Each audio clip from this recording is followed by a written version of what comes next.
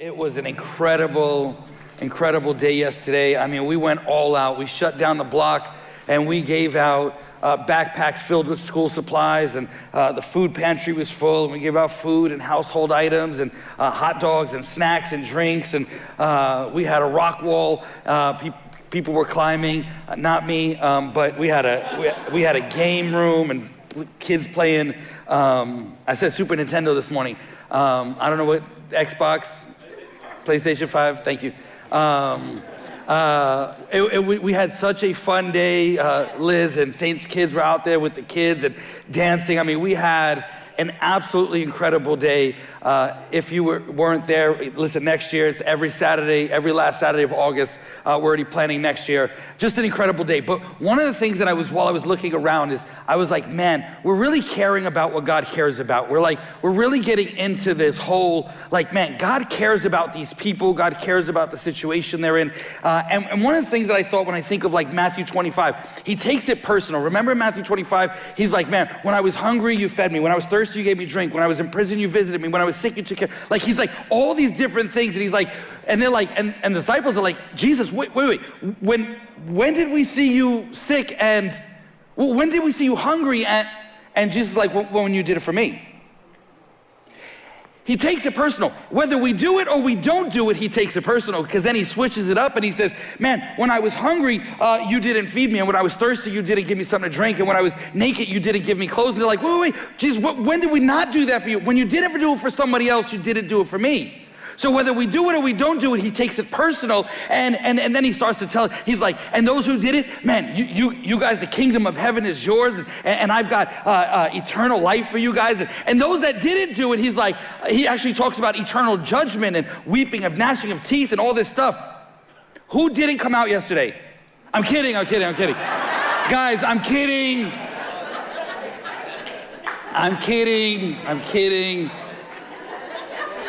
Mad judge, they're like, wait a minute, what? No, I'm kidding.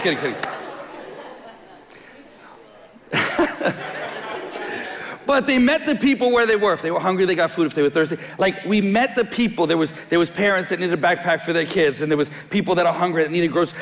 We met them where they were. We cared about what God cared about. And when I think about everything that's happening with next week being Testimony Sunday, and people that need to hear this testimony, people that don't know Jesus, people that don't have this hope and they need it. Jesus cares about lost things. He cares about lost things, lost people, and he cares about, listen, when we're going through and we lose things, he cares about all of it. Actually, in Luke chapter 15, he spends a whole chapter with these three parables, and it was the lost sheep, the lost coin, and the lost son.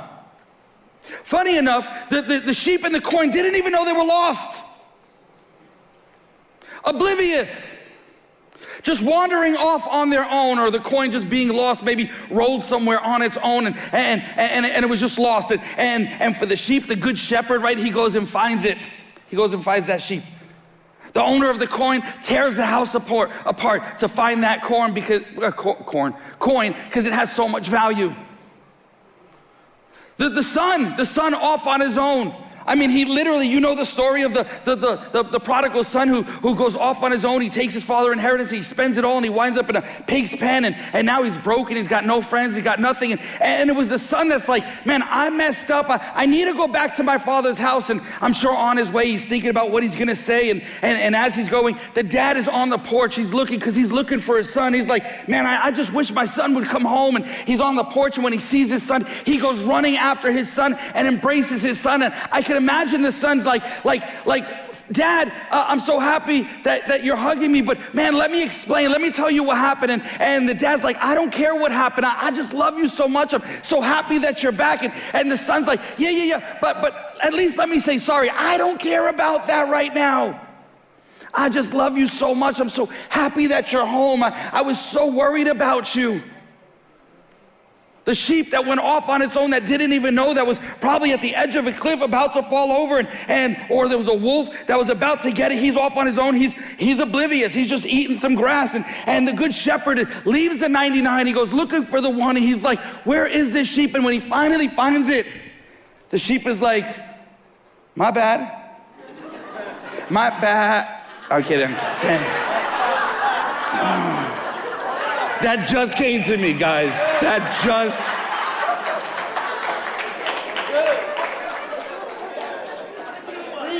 Dang, that was good. I'll put that in my notes. Okay. And he's probably like, I didn't even know I was lost. Where's everybody? Oh, I see the 99, they're over there. I'll walk on my own. And the good shepherd's like, no, I got you, and picks up the sheep and puts them around his neck. He's like, let me walk you back. No, it's okay, shepherd. Like, I got lost on my own. Let me get back to the group. And he's like, no, I'm just happy that you're safe. I'm just happy that you're found. I'm happy that we reconnected and now I could bring you back to safety with everybody else. The coin that was lost somewhere, rolled under a cupboard or cabinet or something.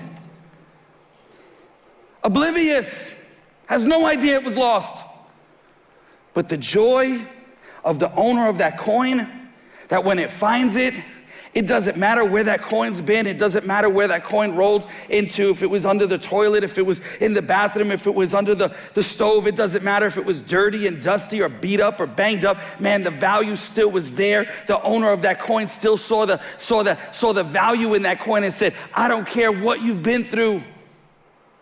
You're mine. I still love you just as much. This is the grace of Jesus. This is the grace of Jesus. He cares about lost things. This is the grace. He cares about us. He cares about people. And listen, if you know Jesus, if you already made a commitment to give your life to Jesus, we were that lost sheep, lost son, lost coin. We are no longer. And if you haven't given your life to Jesus, whether you're in the room or online, I'm going to give you that chance in a bit. But still, either way, we can still become the clueless sheep, the lifeless coin, the selfish son. We go through things in this world and things happen and we get lost and we drift away and we're incapable of fixing ourselves. We're incapable of finding ourselves. In fact, in the Bible, Paul, he says in 2 Corinthians 12, he's like, when he's talking about this struggle that he has and he just can't get rid of this struggle, he says, 3 times I pleaded with the Lord to take it away from me. But he, Jesus, said to me, my grace is sufficient for you, for my power is made perfect in weakness. Therefore, I will boast all the more gladly about my weaknesses, so that Christ's power may rest on me. That is why, for Christ's sake, I delight in weaknesses, in insults, in hardships, in persecutions, in difficulties. For when I am weak, then I am strong. Listen, we all go through things. I go through things. And when I go through things, I try to fix things on my own and I only make things worse. I mess it up more, but he's the good shepherd. He's the good father. He's the one that holds us all in our value. He's the one that comes chasing after us and running after us. And when he finds us, he's so happy. He's like, man, you lost no value even though you went there or you went there and you got beat up along the way. I love you just as much. And he cares for us. And he cares through all of it, everything that we go through. And listen, whatever we're going through, whatever we are going through, whether you know Jesus or you don't. I got 2 really hard phone calls this week about some friends that one lost a husband, one lost a baby. And you almost have no words except his grace is sufficient for what you're going through. Though it doesn't make sense in the moment, his grace is sufficient. And God is so good and he's so gracious and he's running after us and he's chasing us and he wants us to be found. He doesn't want us to be lost for a second. He doesn't want us worried. He doesn't want us confused. He doesn't want us doubting. He doesn't want us hurting. And listen, sometimes I don't know why things happen, but I know he is the good shepherd. He is the good father and he loves us and he's chasing us and he's always there to rescue us. And whether we deserve it or not, his grace is sufficient and it covers us.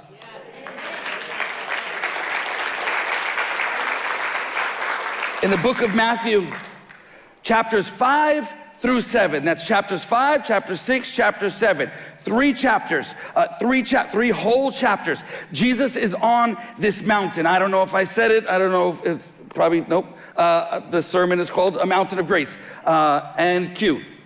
Yes. My bad, I was supposed to say that before. Anyway, this message called the Mountain of Grace, and Jesus is on this mountain, and now we call it the Mount of Beatitudes. This is where Jesus, he actually shares the longest sermons of his career here on earth. This is the Sermon on the Mount.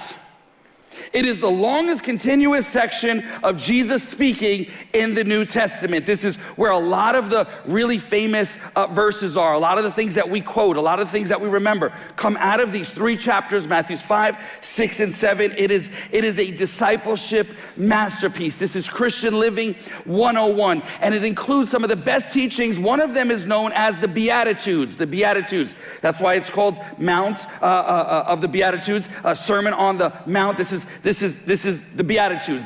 They say this is how your attitude should be, or this should be your attitude. Christian Living 101. And it starts, and as I say it, you'll remember some of it. It starts with, blessed are the poor in spirit, and blessed are those who mourn, and blessed are the meek, and blessed are the peacekeepers. And then he reinforces some of the 10 commandments from the Old Testament, but he even takes it up a notch. He's like, it's thou shalt not murder, thou shalt not commit adultery. He's like, man, even if you hate in your heart, you've already committed murder. And even if you lust after a woman in your heart, you've already committed adultery. Like, he takes it up a level, but he's talking how we should live, but it's all full of grace. And then he says in chapter 5, the very last verse, he's like, and you should be perfect as your heavenly Father is perfect. He's telling his disciples to strive for excellence and strive for perfection and live towards that and live for the kingdom of God. Then he goes into giving to the needy. Talks about prayer, he talks about fasting, he's telling us not to worry, he's telling us not to judge others. He talks about, remember, where the 2 guys that built, one builds the house on the sand and one on the rock. This is all in there, and he's saying, build your house on the rock, you need a firm foundation. And then he tells us to love our enemies, and he says, pray for those who persecute you. I mean, this is unheard of. This is grace, this is love, this is not the norm, this is not the law. And then he goes into one of the most recited scriptures, which is the Lord's Prayer, right? Our Father who art in heaven, hallowed be thy name, thy kingdom come, thy will be done on earth as it is in heaven. Give us this day our daily, and forgive us as we forgive our trespassers, or we forgive our debtors, or we forgive others. He's like, the grace that's bestowed upon you, I want you to have that same grace for someone else. I mean, this is not the norm. Remember, these are Jews. These are people that grew up with the law. The law. This is the 5 books of Moses. Like this is all the thou shalts and thou shalt nots, and these are like where, like, if you do this, then you deserve this. Like, if X happens, then Y is the legal consequence. And there's all this. There's this law. It's like, you did this, you deserve that. Wait. Love our enemies. Pray for those who persecute us. But they deserve. Forgive as we've been forgiven. And even though he's reaffirming some of the laws, this is the way to live, but it's bathed in grace, and it's given in a whole different manner than the way the law was presented. Well, after he finishes his sermon, the crowd breaks out in applause, and they're amazed by his teaching, and said he preached like no one else ever has. And then starting in chapter 8, after 3 whole chapters of Jesus teaching on how to love and how to live and how to pray and how to forgive, he starts heading down the mountain. In Matthew chapter 8, verses 1 through 2, it says, when Jesus came down from the mountainside, large crowds followed him. In that crowd, a man with leprosy came and knelt before him and said, Lord, if you are willing, you can make me clean. This guy with leprosy is down at the mountain. Remember, Jesus is up on the mountain. Jesus is teaching. He's giving like Christian Living 101, and it's full of love and it's full of grace. And now Jesus comes down the mountain, right? He comes down off the mountainside. He comes down, and all of a sudden, boom, he gets hit with this guy with leprosy. Now, in the Bible, leprosy is always a depiction of sin. They were always looked at as like this was an eternal judgment it was a curse from God. It showed like the debilitating, like this sin just eating away at your flesh, and like there was no hope for you, and there was no cure, and like he's sick, but he's dying. He's unclean. The only thing worse than this, than touching a leper, was touching an actual dead body. No one could touch him. He couldn't touch anyone. He wasn't allowed to be around anybody else. And yet this guy comes in this big crowd. He had to have been desperate. He had to have been like, man, this is my only shot. This is my only option. I gotta get near this guy. Like I don't even know if he could do it, but there was this faith in this guy, this guy who had leprosy, this guy who must have been full of shame, and everybody looking at him like, ugh, disgusting, get away from us. I mean, like he's living on the outskirts. He's living with all this shame, and he makes his way to Jesus, not being invited by Jesus, never hearing if there was something in the past where another leper had been healed. So he's got no like past history, like can this even be done? So like he's just going off pure faith and maybe desperation. And he makes his way to Jesus, and he's like, Lord. First he starts with Lord, like acknowledging the authority that is Jesus. Then he says, if you are willing. I don't know about you, but if you've ever been in a situation where you feel like you just can't keep going, like you feel like you're dying, you feel like everything's against you, like when you're in that situation, and I've been there a few times, when you're in that situation, we don't question God's existence, we question his involvement. We don't question if he could, we question if he would.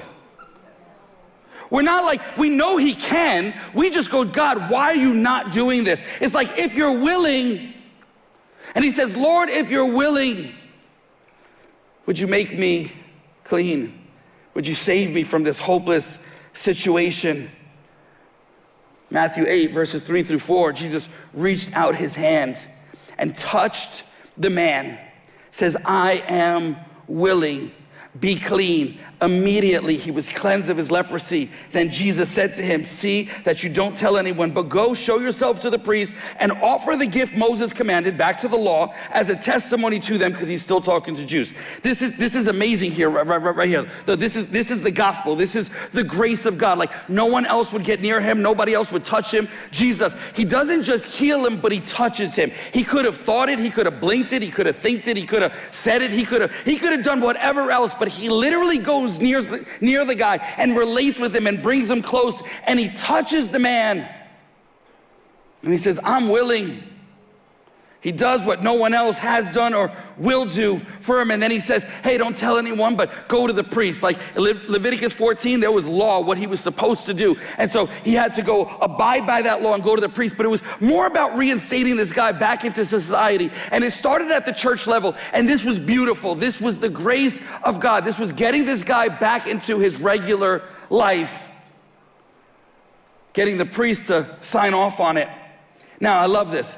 He just finishes this incredible sermon of love, this sermon on forgiving, this sermon on grace, this sermon on, he's like, he finishes this great sermon, he comes down the mountain, and he gets hit with like an actual situation where like, hey, in case you weren't listening up there when I was talking, in case some of you fell asleep or some of you weren't paying attention or some of you were on your phones, like, hey, let me show you real quick what I was talking about. Remember when I was talking about this is how you should treat people? Let me show you. It's like show and tell right in the first minute.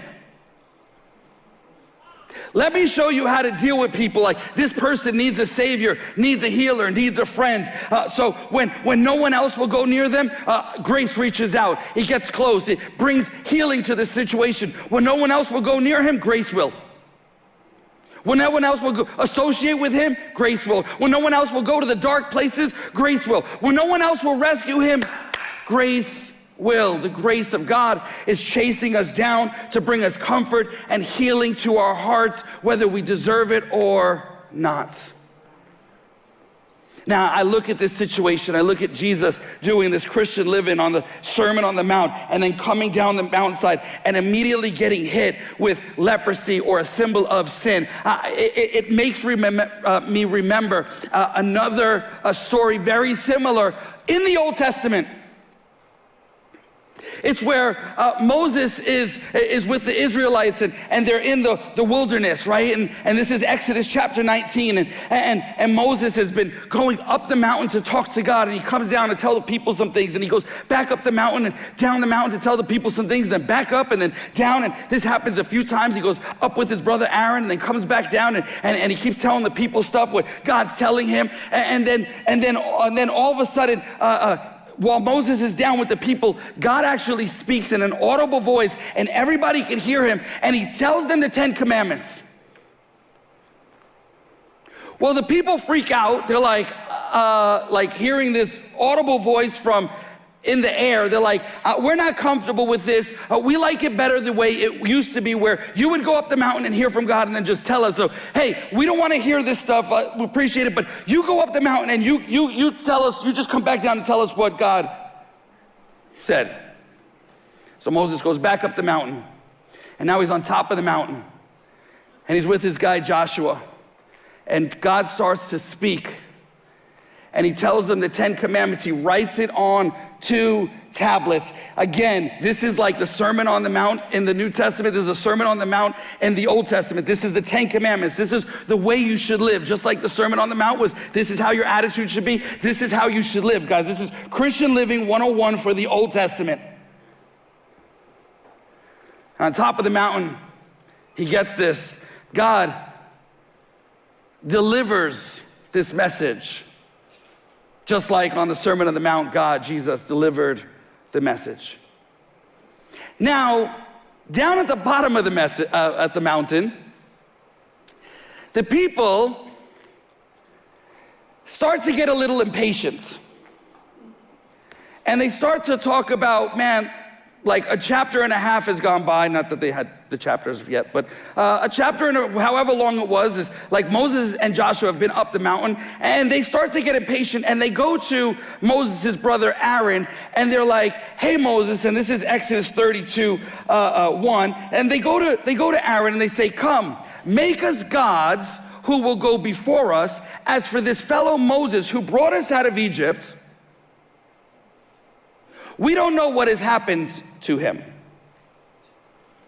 First of all, I mean, there's so many wrong things here in just these verses. I mean, first of all, Moses didn't really bring you out of Egypt. God brought them out of Egypt. But they're putting it on Moses because now they're saying, we can't find Moses. He's up in the mountain and we don't know where he is. And so we need something to represent us here. And so they're like, hey, we have this golden idea.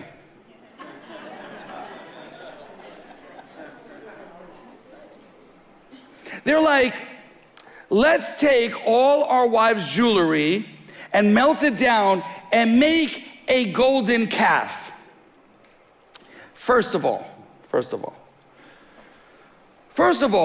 I mean, they literally heard God speak, right? That's first of all. They heard God in an audible voice. They were scared, and so then they didn't want that. They also heard God say the 10 Commandments, which the very first 2 commandments are, they shall not have any other gods before me, and they shall not make any graven images. Okay? Then they go, let's take our wives' jewelry and make a golden calf.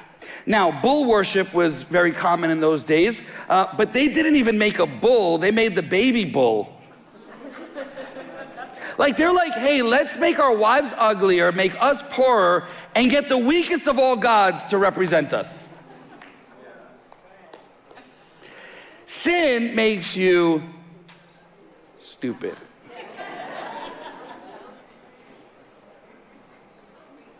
But they go with it. They make this baby bull, baby golden bull, with their wives' jewelry, and they start to worship it. And then God speaks to Moses and Joshua and says, guys, you got to go down the mountain because the people have lost their minds. So get down there quick. In Exodus chapter 32, verses 19 through 20, it says, when Moses approached the camp and saw the calf and the dancing, his anger burned, and he threw the tablets out of his hands, breaking them to pieces at the foot of the mountain. And he took the calf the people had made and burned it in the fire. Then he ground it to powder, scattered it on the water, and made the Israelites drink it. Jesus up on the mountain delivering grace. Moses up on the mountain receiving the law. Moses goes down the mountainside and is immediately confronted with sin. Jesus goes down the mountainside and is immediately confronted with leprosy, or a symbol of sin. After both sermons on the mount, both Moses and Jesus come down from the mountainside and are immediately confronted with a sin situation. But Moses comes down with the law and Jesus comes down with grace. The law shoves your face in it, grace loves you through it. The law slams you, blames you, condemns you, grace comforts you, embraces you, touches you, heals you. The law rips you apart, grace makes you whole. Moses makes them drink their sin. Hey, Jeremiah prophesies that the Messiah would drink the cup of wrath for all sinners, which Jesus did when he went up on a hill called Calvary, where he died on a cross for you and for me. The law makes you drink the cup. Grace drinks our cup of sin for us. The law makes us find our way back on our own. Grace finds us and does whatever it has to do to rescue us. The law lets you stay lost. Grace makes you make sure you're safe and found. The law locks you up. Grace sets you free.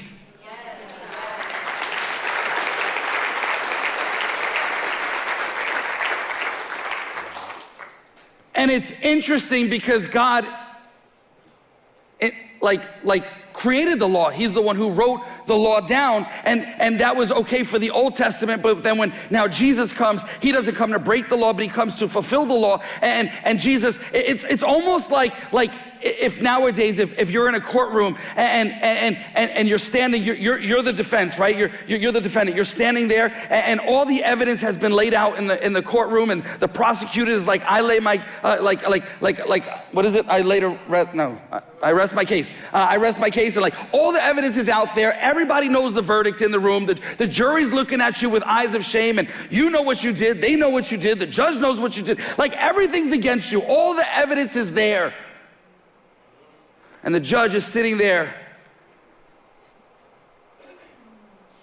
He's got the gavel in his hand, and he's about to slam it down to tell you the verdict, to tell you that your death sentence, to tell you, hey, the wages of sin is death. And right when he slams down the gavel, and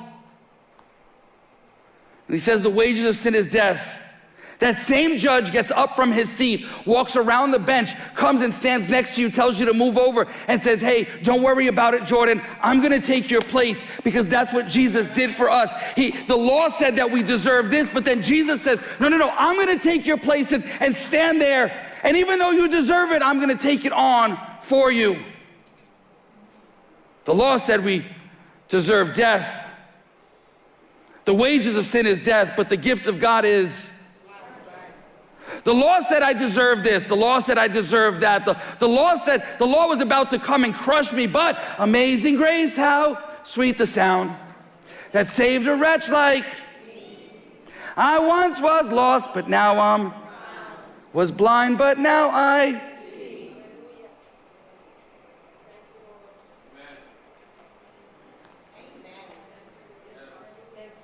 Both of them come and they get confronted with the sin issue. But the way it's dealt with is so different. The law is crushing. The grace is uplifting. I ask the worship team to come and help me before I sing again.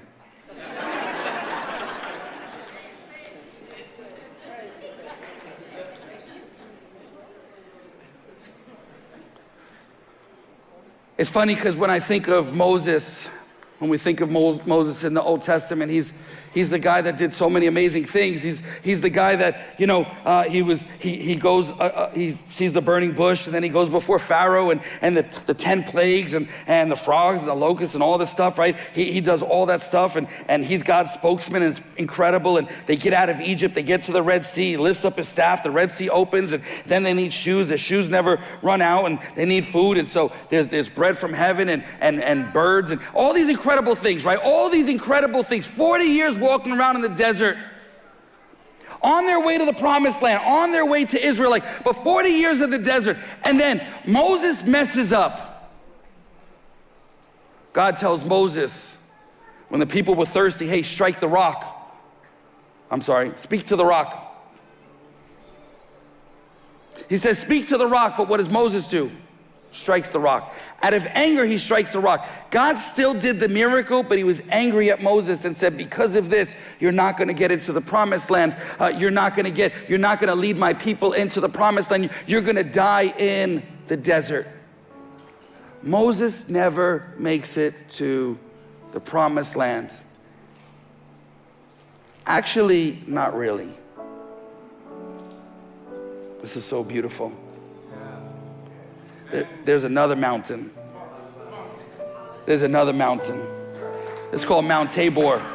Hey, listen. This is good. This is a mountain of grace.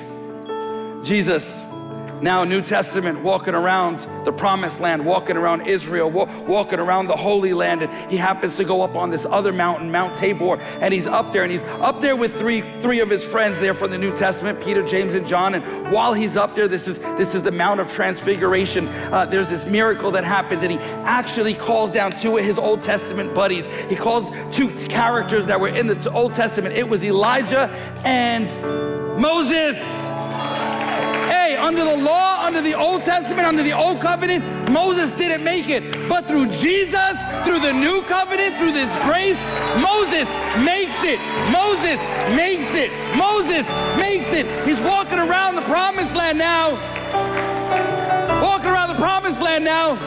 Oh, in the Old Testament, he was supposed to speak to the rock, and he struck it, he messed up. Now he gets a whole second chance to speak to the rock, which is Jesus. He gets a second chance, and a third chance, and a fourth chance. Anybody grateful for a fifth chance, and a sixth chance, and a seventh chance? Anybody grateful for God's grace in our life? Man, I don't know what you lost. I don't know what you've been through. I don't know what you're going through right now. You might need forgiveness. You might need healing. You might need God just to come and rescue you. His reckless love will come and chase you down and come and find you.